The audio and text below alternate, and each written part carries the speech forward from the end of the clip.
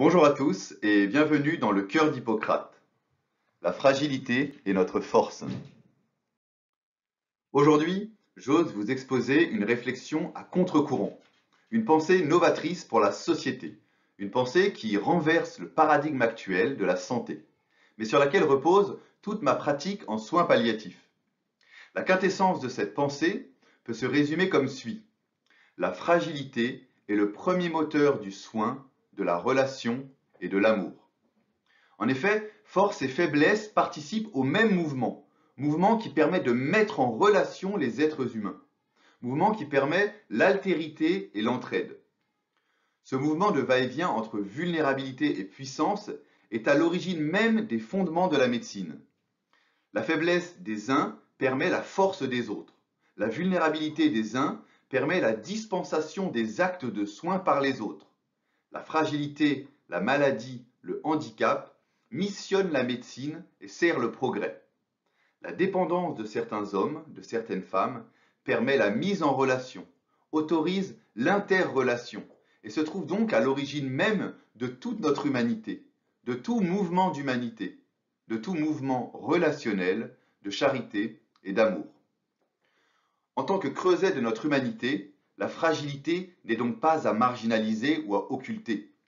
Or, nous vivons dans une société qui semble avoir oublié ce positionnement fondamental, ce regard si précieux sur la faiblesse.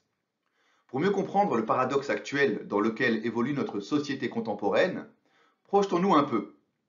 Vous imaginez-vous vivre dans un monde de puissants, de force et de pleine santé? Pas une brèche à combler, pas une faiblesse à accompagner, pas une blessure à soigner, aucune possibilité de mouvement vers l'autre. Tout serait figé, fixé, englué dans une indépendance stérile, où chacun se suffirait à lui-même. On perçoit bien qu'un monde composé uniquement d'êtres parfaits, au sens premier du terme, serait un monde d'indépendance, où personne n'aurait besoin de l'autre. En effet, pour que deux êtres soient en relation, il semble nécessaire qu'il y ait un manque, un besoin. Et c'est à partir de ce manque, de ce besoin ou de ce désir que nous allons vers l'autre, que nous prenons conscience que nous avons besoin de l'autre. Or, deux êtres parfaits, deux êtres tout-puissants ne manquent de rien, n'ont besoin de rien, et finalement ne désirent plus rien. La perfection ne désire plus rien puisqu'elle a déjà tout. Par définition, la perfection est parfaite et peut s'auto-suffire. De ces constats, deux conclusions. Premièrement, la fragilité permet l'amour. C'est à partir de nos fragilités, de notre imperfection, que nous pouvons créer le lien, l'interrelation. Et donc c'est à partir de notre imperfection que peut naître le mouvement d'amour. Car qu'est-ce que l'amour, sinon un mouvement qui nous conduit vers l'autre, un lien qui unit deux êtres. S'il n'y a pas de désir de lien, s'il n'y a pas de besoin de lien, il ne peut y avoir d'amour. Et deuxièmement, nos fragilités ne doivent donc plus nous faire rougir. Au contraire, notre vulnérabilité est finalement ce qu'il y a de plus noble en nous, puisqu'à l'origine même de ce mouvement d'amour, qui est une des valeurs les plus belles de ce monde. À la limite, notre faiblesse pourrait nous faire rougir, mais alors seulement du rouge de l'amour. De ce point de vue, les personnes handicapées, infirmes ou démentes semblent donc être la noblesse de ce monde, le symbole même de notre humanité, et semblent donc devoir être portées en triomphe et non marginalisées ou pointées du doigt. À ce niveau de la démonstration philosophique, il me semble opportun de vous rappeler le fameux mythe des androgynes, qui viendra apposer une image sur notre réflexion. Le mythe des androgynes est raconté par Aristophane, vous savez, le poète comique dans le dialogue de Platon, intitulé Le banquet. En deux mots, le récit d'Aristophane explique que l'humanité des premiers âges comportait trois genres parfaits, les mâles, les femelles et les androgynes. Ces premiers hommes possédaient une anatomie assez particulière, composée d'un tronc commun, mais présentant deux visages, deux sexes, quatre mains, quatre jambes, etc. Les mâles possédaient deux sexes masculins, les femelles deux sexes féminins, et les androgynes un sexe masculin et un sexe féminin. Leur morphologie faisait d'eux une boule dont la force était extraordinaire et la rondeur parfaite. Mais cette force les rendit orgueilleux, égocentrés et indépendants des dieux. C'est pour cela que Zeus se mit en colère et prit la décision de couper ces êtres humains en deux, afin qu'ils ne puissent plus tourner sur eux-mêmes, qu'ils ne puissent plus être centrés sur eux-mêmes, vivre uniquement d'orgueil et de vanité, et qu'ils puissent à nouveau respecter les dieux et s'ouvrir au monde pour rechercher leur moitié. C'est d'ailleurs de ce mythe que nous vient l'expression, lorsque nous parlons d'une personne en quête d'amour, elle recherche sa moitié, c'est-à-dire celui ou celle qui est fait ou faite pour elle, celui ou celle qui était originellement accolé à elle avant que Zeus les sépare. Lorsque Zeus coupe les aubergines en deux, lorsque Zeus coupe les androgynes en deux parfaites, il crée dans le même temps deux êtres imparfaits qui auront alors besoin l'un de l'autre. Mus par ce déséquilibre, chaque moitié devra se lancer dans une quête pour retrouver son autre moitié, pour retrouver l'équilibre. Une quête vers l'amour. Ainsi, en coupant les androgynes en deux, Zeus crée l'imperfection, et par voie de conséquence, l'amour. Conclusion, c'est de l'imperfection que peut naître l'amour, c'est de nos fragilités que se nourrit l'amour. Voilà, je trouve que ce mythe relate parfaitement ce que nous venons d'évoquer, que l'orgueil et la perfection ne permettent pas l'amour, alors que la fragilité et la dépendance nous y obligent. Poursuivons notre éloge de la fragilité. On a tendance à penser que la faiblesse ne sert à rien, que la santé doit se revêtir de puissance et de force. Mais c'est oublier la corrélation étroite qu'il existe entre faiblesse et force. Il semble que l'on ne puisse concevoir et définir l'un sans l'autre, que la force ne puisse être appréhendée sans la fragilité et vice-versa. Sans la faiblesse, la force n'est rien. C'est en comparaison de la faiblesse que la force peut être évaluée. C'est en comparaison de la pleine autonomie que la perte d'autonomie peut être évaluée. L'image d'usage est ce fameux clair-obscur que tout peintre doit savoir maîtriser pour apporter le contraste nécessaire à la perfection de son tableau. Ce jeu entre l'ombre et la lumière qui dévoile tant de profondeur, de nuances et de génie. C'est à partir de l'ombre que se dessine la lumière. D'autre part, rappelons-nous ces deux mouvements que subissent continuellement nos cellules corporelles. Mouvement d'apoptose, qui est la mort programmée de la cellule fragilisée, et mouvement de division-réplication cellulaire pour remplacer la cellule défectueuse. Force et fragilité cellulaire sont donc au service d'un mouvement commun, celui de la vie, celui de notre maintien en vie, homéostasie de notre corps et de notre organisme. De même, et plus spécifiquement, pour bien comprendre cette interrelation entre force et faiblesse, prenons l'exemple du fonctionnement musculaire. Le muscle présente deux états. Un état de repos, où celui-ci n'est pas en tension et ne réalise pas l'action de force, et un état de contraction, où les fibres musculaires se rétrécissent, se durcissent. Dans le premier état, le muscle peut sembler flasque, fragile, mais il peut aussi nous apparaître comme tranquille, sans tension, sans stress. C'est d'ailleurs son état de base, de stabilité. A l'inverse, lors de la contraction, le muscle développe la force, mais il ne peut le faire que sur un temps court et doit revenir à son état de base, qui est un état sans force, atone, sans tonus, donc un état de relative faiblesse, car l'inverse de la force est la faiblesse. Et c'est bien grâce à ce double mouvement que le muscle ne claque pas, ne s'épuise pas et n'accumule pas trop d'acide lactique à l'origine de crampes. Les deux états de force et de fragilité du muscle sont donc importants pour son bon fonctionnement. À travers ces exemples, nous pouvons donc postuler que puissance et faiblesse sont comme les deux facettes d'une même pièce, c'est-à-dire étroitement liées en toute chose et en tout être.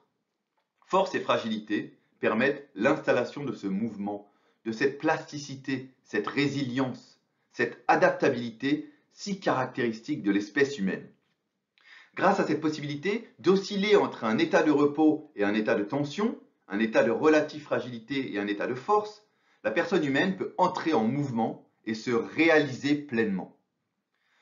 Ce nouveau regard porté sur la fragilité s'inscrit en faux par rapport à la vision de Nietzsche sur l'homme et de sa volonté de puissance. La volonté de puissance est aux yeux de Nietzsche la nature même des choses, depuis la plus misérable forme de vie jusqu'à la plus haute. Il en est de même pour Adler, médecin et psychanalyste disciple de Freud et créateur de la psychologie individuelle. Pour Alfred Adler, le véritable épanouissement de l'homme ne peut se concrétiser que dans sa quête de puissance et de sublimation de son complexe d'infériorité. Mais continuons. Nous venons donc de repositionner l'importance de l'acceptation de nos propres fragilités pour permettre et recréer le mouvement de notre humanité. Nous venons de comprendre que la faiblesse et la fragilité étaient constitutives de notre propre fonctionnement en tant qu'être vivant. C'est bien intéressant tout cela, mais à quoi ça nous sert-il de le savoir? Eh bien, cela me semble très important car ce rappel de la présence de la fragilité me semble être le premier pas vers l'acceptation pleine et entière de celle-ci. De le savoir est le premier pas vers l'appropriation et l'acceptation, la connaissance comme chemin vers la vérité. Les personnes qui acceptent leur propre vulnérabilité, les personnes qui prennent conscience de leur fragilité, ont un avantage incroyable par rapport aux autres, par rapport à toutes celles et ceux qui se pensent ou s'imaginent tout-puissants. La philosophie stoïcienne peut nous aider à mieux concevoir ce point. En effet, pour Épictète et les stoïciens, c'est en acceptant que le monde soit imparfait, c'est en acceptant nos propres imperfections que nous pouvons être heureux et commencer à vivre sereinement. Pour rappel, l'objectif des stoïciens est d'atteindre l'ataraxie, c'est-à-dire la tranquillité de l'âme, la vie paisible, sans trouble. Parenthèse soignante pour les soignants qui écoutent. C'est d'ailleurs à partir de ce terme ataraxie que les laboratoires ont donné le nom d'atarax à cet anxiolytique antihistaminique utilisé contre l'anxiété et les troubles du sommeil. À noter qu'entre un comprimé d'atarax et un cours de philosophie stoïcienne pour lutter contre l'anxiété, mon choix est vite fait. Faites le vôtre. Fermez la parenthèse. Comme exemple, prenons l'épreuve de la mort. Mort qui constitue l'aboutissement de notre fragilité. Mort qui constitue notre fragilité la plus ultime. Sur le terrain, j'ai pu constater que ce n'étaient pas les plus forts ni les plus érudits qui mouraient avec sagesse et dans une posture adéquate, mais bien celles et ceux qui avaient accepté au préalable cette part de fragilité dans leur vie et donc jusqu'à leur mort. En effet, les personnes porteuses de handicap, par exemple, qui ont pris pour habitude petit à petit et tout au long de leur vie d'accepter la vulnérabilité, semblent mieux préparées à l'accueil de cette dépendance et de cette perte d'autonomie, semblent mieux préparées à l'acceptation de la question de finitude. Pour eux, la maladie, la déficience, le handicap, la souffrance et la mort font partie du champ des possibles, du champ naturel de leur vie, constituent, entre guillemets, leur norme de vie. Petit rappel sur la question de normativité émise par Canguilhem, que nous avons évoquée dans la vidéo sur le normal et le pathologique. La plus grande force de l'homme est de se savoir faible. L'homme devient véritablement fort et peut entrer avec force, justesse et sagesse dans sa condition humaine lorsqu'il prend conscience de ses fragilités et de sa finitude.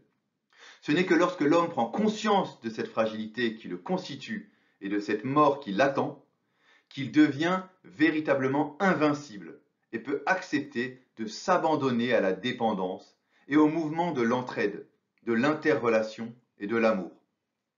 Le mouvement d'amour et de charité ne peut passer que par la fragilité, par la brèche que réalise la fragilité, dans cette volonté de puissance à laquelle l'être humain a tendance à vouloir s'accrocher à tort, et d'après Nietzsche.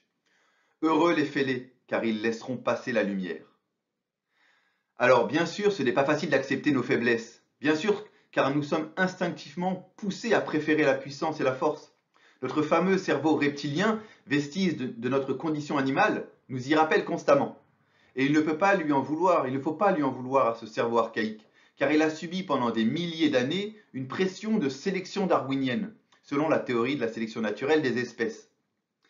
À une certaine époque, pour survivre, il a fallu l'écouter, lui obéir. Mais aujourd'hui, l'homme est à l'abri. Il a su sublimer Darwin et ne plus être contingenté par cette fameuse pression de sélection, grâce à son intelligence supérieure. Parenthèse, nous n'avons d'ailleurs jamais été plus forts physiquement qu'un gorille ou un ours. Et pourtant, nous sommes l'espèce dominante. C'est bien que nous avons su nous élever, non pas uniquement par la force et la puissance, mais surtout par le fruit de notre intelligence et le fruit de certaines valeurs propres à l'espèce humaine, comme l'humilité, le souci du plus faible, la conscience de nos fragilités et de notre finitude. Je conclurai mon propos en vous citant Lévinas, philosophe juif français du siècle précédent, qui nous a laissé en héritage un merveilleux trait d'union entre fragilité et responsabilité. Je cite: tout se passe comme si l'expérience de la vulnérabilité révélait à l'homme le sens de sa responsabilité. Pour moi, cette citation revêt deux significations. D'une part, la prise de conscience sur notre propre faiblesse missionne notre responsabilité, nous missionne au devoir de bien vivre, et d'autre part, la vulnérabilité des uns missionne la responsabilité des autres. Nous avons démontré plus haut que la fragilité est une condition sine qua non de l'amour. Et en tant que médecin généraliste spécialisé en soins palliatifs, de surcroît au contact de mon petit frère Paul, trisomique 21, je ne peux qu'en témoigner. Je suis témoin de cette force qui se dégage de toutes ces postures de fragilité. À travers tous ces accompagnements, j'ai pu éprouver en pratique et faire mienne cette citation de Lévinas. La vulnérabilité de mes patients a révélé le sens de mes responsabilités médicales. Je vous remercie pour tout ce que vous faites, mais surtout pour tout ce que vous êtes, des êtres humains qui se missionnent par leur fragilité.